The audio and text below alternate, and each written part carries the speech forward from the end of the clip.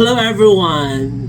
Let me share you a story about nung nangyari sa akin, bakit ako naging apolitical or wala ako, I don't believe in politics. So, medyo lasing ako ngayon dahil nakainom tayo ngayon. Wednesday pala ngayon, umaga. So, ito yung almusal natin for today's video. Ayan. So, medyo dahil bangenge tayo, medyo sabi ko, mag-record tayo habang nagiinom tayo para may mai-upload tayo. So, ito yung story ko for today's video. So, nung college kasi, bakit apolitical ako? So, sabi nga, yung apolitical daw kasi ay parang atheist, ganyan. Atheist. So, you don't believe with God, parang gano'n. Pag political, apolitical, so you don't believe in politics, you don't vote, you don't go with politics, ganyan. Pero may mga nagsasabi na politics is also important. So mga political yun sila. So ako naman, apolitical ako. So bakit naging apolitical ako? I don't vote, hindi ako registered voter, but I'm a taxpayer. So,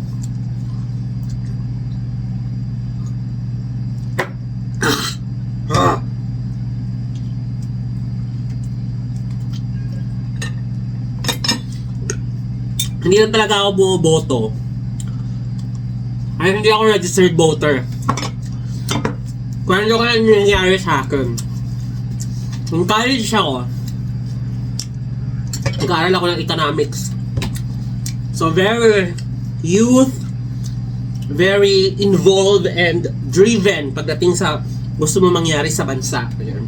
Those were the days when I was like 21 or 19, mga ganon. Second year college ako nun. Nag-aaral kasi ako sa University of Rizal System sa Binangonan. I took economics. So very involved sa economy and sa mga politics, ganyan. So, is 18 na ako and election na.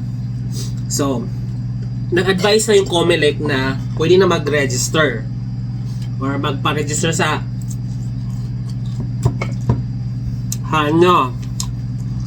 COMELEC. Oh, ito na. Ang college kasi ako, surviving ako. So, nag-working student ako, ganyan. So, bawat piso, pinapahalagan ko kasi ang hirap kumita. Parang scholar ako, working scholar, nagtatrabaho ako sa student assistant. Dami kong mga racket para makapagbayad ng tuition fee. Very driven. Mga ganon kapag kabataan ka eh. Laban na laban, G na G. Tapos, kami mga grupo ng mga kaibigan, parang napag-aan namin, desisyon na mag-register kami ng COMELEC. So, yun. Sa COMELEC kasi as registered voter. Parang ang goal namin noong una is para makapagkaroon ng registered voters ID ba? Ganyan. Tsaka dapat daw, wala ka daw karapatan magreklamo kapag hindi ka botante. Which I don't agree with that. Later, I will share.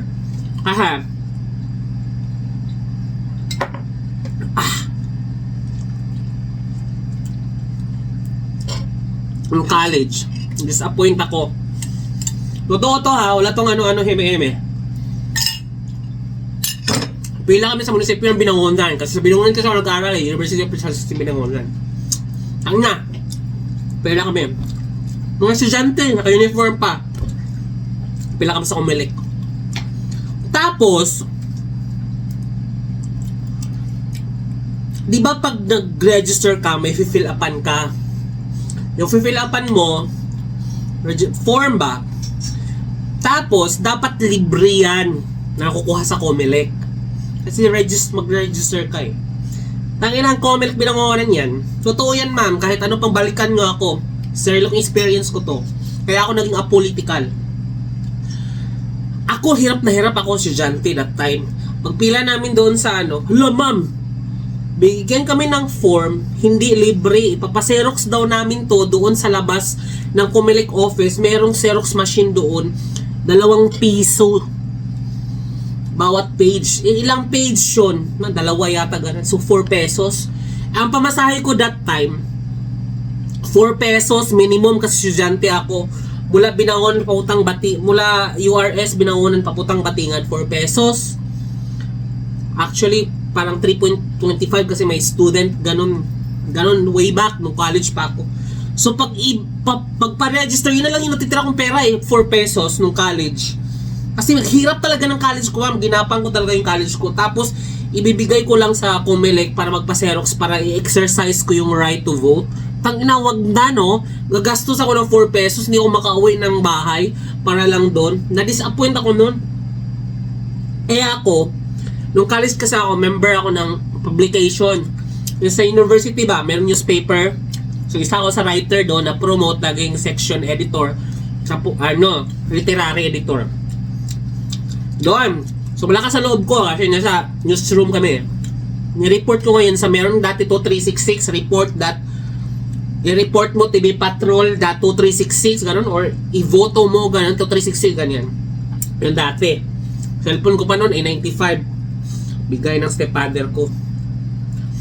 Tapos tinext ko i-report that TV Patrol at 2366 tapos na-report ko doon. Yung pumalik nahingi ng pa-Xerox. Kami pa yung magpa-Xerox doon sa form na fill upan namin para maging registered voter. Yung 4 pesos, 2 page, 2 pesos kasi 4 pesos lahat. Tangin ang bigat na sa amin noon as estudyante. Alis ako sa pila. Sabi ko, tangin ng gobyerno to. Tangin na, exercise ka na lang right to vote, gagastos ka pa ng 4 pesos. 4 pesos, matatawa kayo ngayon dahil walang halaga yun. Pero dati, nung college ako, laking bagay yun kasi hindi ako makakauwi. Ilang kilometro lalakarin ko, nakasapatos, init-init para makauwi ng bahay. So, yun yung mawawala sa akin. Na-sacrifice para mag-registered voter. Since then, nag-report ako doon sa kasi parang wala kang kakampi, ganun. G nga ako that time dahil nga estudyante. Pag youth ka kasi, very active ka, driven, laban na laban sa kapakanan ng bayan, ganyan. Ang inga.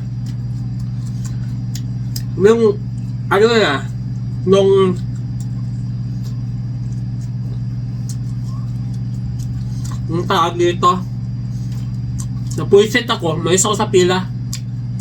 Sabi ng kasama ko ang mga tropa ko, friend, pautangin na lang kita 4 pesos or di kaya libre kita form. No, that's not the point. Bakit tayo pa maglalabas ng 4 pesos for something that's supposed to be free? Because you are submitting yourself to the government to exercise your right to vote, and then you still have to spend 4 pesos. Yung 4 pesos, kung milyon-milyon ang kinukakot mo, kung ano yung ginagastos ng expenses ng gobyerno, 4 pesos sa amin mga maralitang estudyante na gumagapang para makapag-aral at maiwasan makapaglakad dahil yun yung minimum ng payment ng jeep dati. 4 pesos hindi ko inibibigay. Sobrang bigat sa akin nun. So simula nun, nag-report ako sa TV Patrol. Pumunta ang TV Patrol sa school namin, hinanap ako, ma'am. Totoo to. Hinanap ako. Kaya ako naman, walang pakialam, di kasi ako takot, ma'am, kasi nga at that time kasi news din kasi ako sa publication ng school ba, the Pillar publication. Magawa kami magazine, newsletter, ganyan. So, meron akong right to, meron akong freedom to write, freedom to express. Ganun kasi yung pinapasok sa utak namin ng advisor namin. You have the right to express, freedom to write. Ganun. As long as your intention is to change, not to defame, but to change. Yun yung gusto ko. Bakit gusto kong baguhin na bakit estudyante na nga kami pa yung maglalabas ng 4 pesos para sa our form. Sobrang sakit sa akin nun. So yung gusto ko lang naman maging registered voter sabi ko, since then, it was a traumatic experience and I lost faith sa government. Hence then, sinisisip ko na hindi ko kakampi ang gobyerno, na only nakakampi ko is sarili ko. I have to work my ass regardless ibabawasan na yung sahod ko sa tax, wala akong pakialam. Let them exercise their own right, wala na pakialam sa basta ako, magtrabaho ko, maayos ko, wala pakialam. It might be indirectly affecting me later on pag kung ano man yung governance, but when it comes to sarili mo pa rin yung sisikap, hindi naman iasa yung sarili mo sa gobyerno. So since naging political ako, pumunta yung ABS-CBN patrol doon sa para interviewin ako. Pa-interview ako. So I was under the impression na magkaroon ako ng kakampi. A voice to be heard. I-era nila sa TV Patrol, i-report mo, Boto Patrol, parang gano'n yun I Watch Patrol, parang gano'n yun yung program nila dati. So, ako naman, nagpa-interview ako, sinakay nila ako sa van, from Binangonan, ang subject at that time is supposed to be the form, why we have to spend the form, and instead of getting it for free. But when the TV Patrol news team arrived at the school, they found me. Pinasakay nila ako sa van nilang puti, di ba? Kala mo kidnapping Nung nila doon,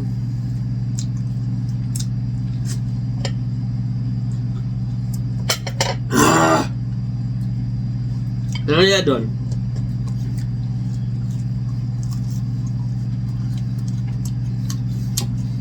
ina, ginamit pa ako, ma'am. Kasi, bago kasi makarating ng Binagonan, galing dito Quezon City, dadaan mo na ng uno, di ba? At that time kasi, registration process pa.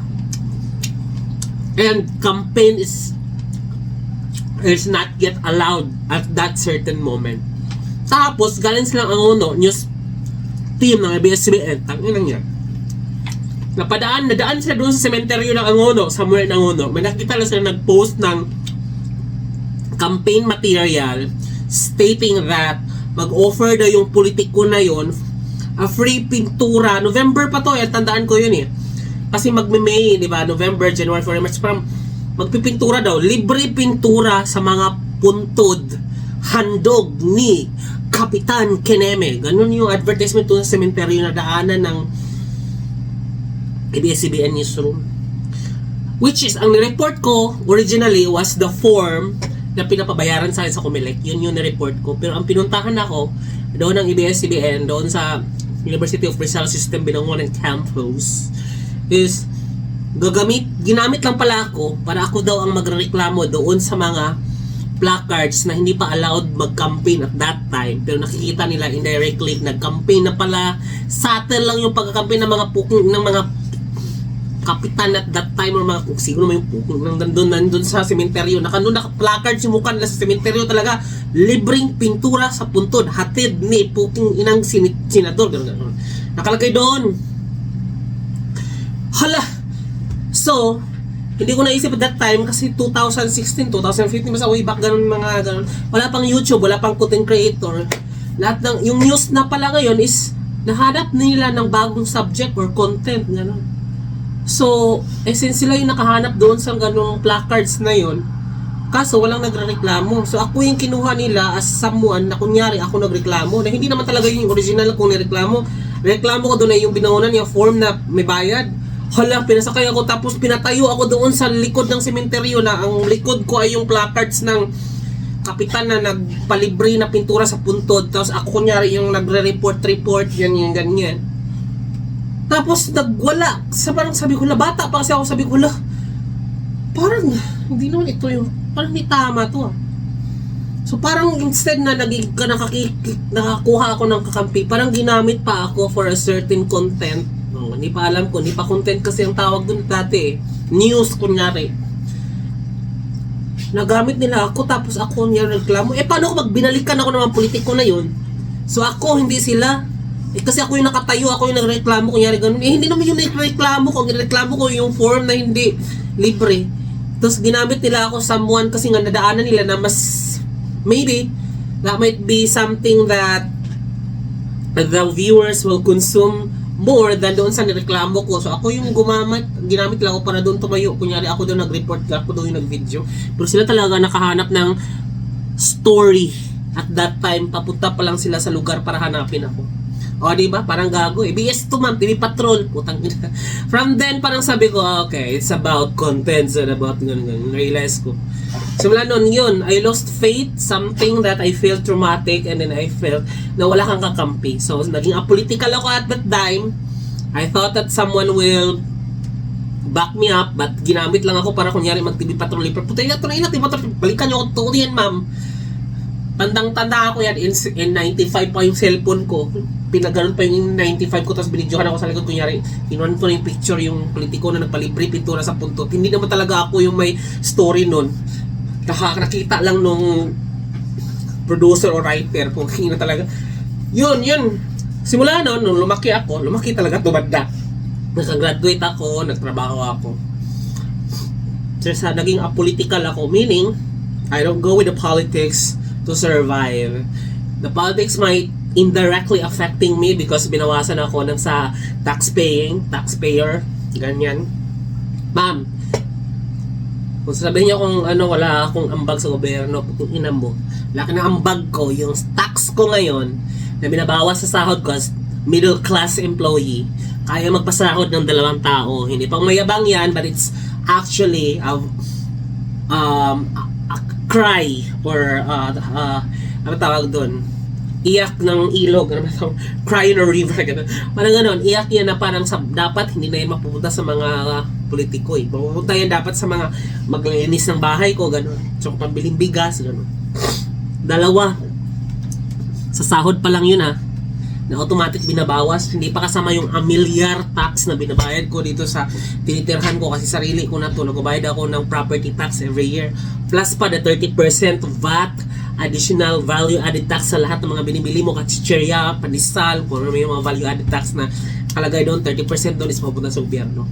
So, I am a stakeholder and someone that contributes to government. I don't really exercise my right to vote because I don't believe those who actually run. They might be someone who actually clearly have a good intention to help the country, but majority of them is basura. And feeling ko, kung meron mang pag-asa ang Pilipinas, yes, meron, but it takes time. And yung time na to is yung era na to na buhay ako. And habang buhay ako, I don't have the drive to help that to be changed kasi mamamatay din naman ako. Naka-overthink ng mga ganun. Wala. So, I'm just a taxpayer, dormant taxpayer. I don't complain the government, yet I don't ask help for the government. Pagdating sa hospital, mga PhilHealth, mga binabawas sa akin, ma'am, hindi ako tumatawag ng help. I have my own insurance.